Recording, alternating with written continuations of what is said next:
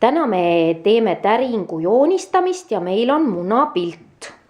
Eelnevalt on meil ette valmistatud 2 muna ja need jaotatud 6 enam-vähem võrdseks vaheks.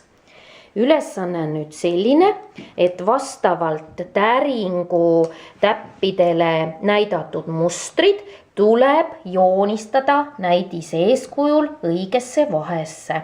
Seda mängu võib teha ka nii, et jaotatakse paber 4 ja joonistatakse 4 muna ja võitja on see, kes esimesena 4 muna saab kaunistatud. Et veidikene selline õnnemäng ka, aga alustame veeretamist ja täringut veeretatakse kordamööda.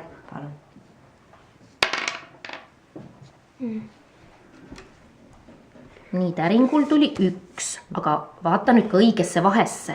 1 tähendab siis siksaki mustrit ja siksaki muster on näidisel all. Nüüd on teise mängija kord. 5. Ja 5 tähendab lille.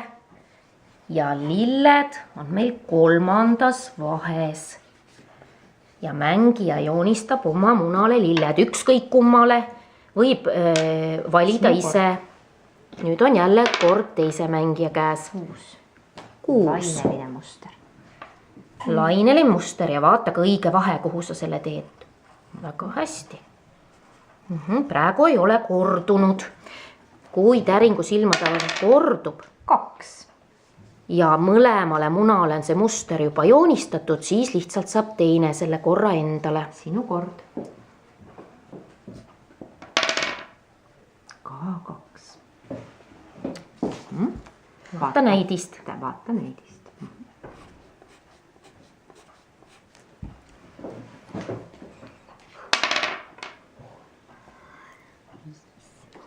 Ja jälle lilled. Nüüd, kuna ühel munal on juba lilled olemas, siis võib teisele munale lilled panna, sest mõlemale kordamööda võib kaunistada mõlemat muna kordamööda. Aga kui nüüd veel peaks 5 tulema ja jälle lillede muster, siis mängija jääb lihtsalt vahele. Ja tuligi 5. Sinul tuli ka 5, aga sina veel pole lilli saanudki joonistada. Vaata õige vahe.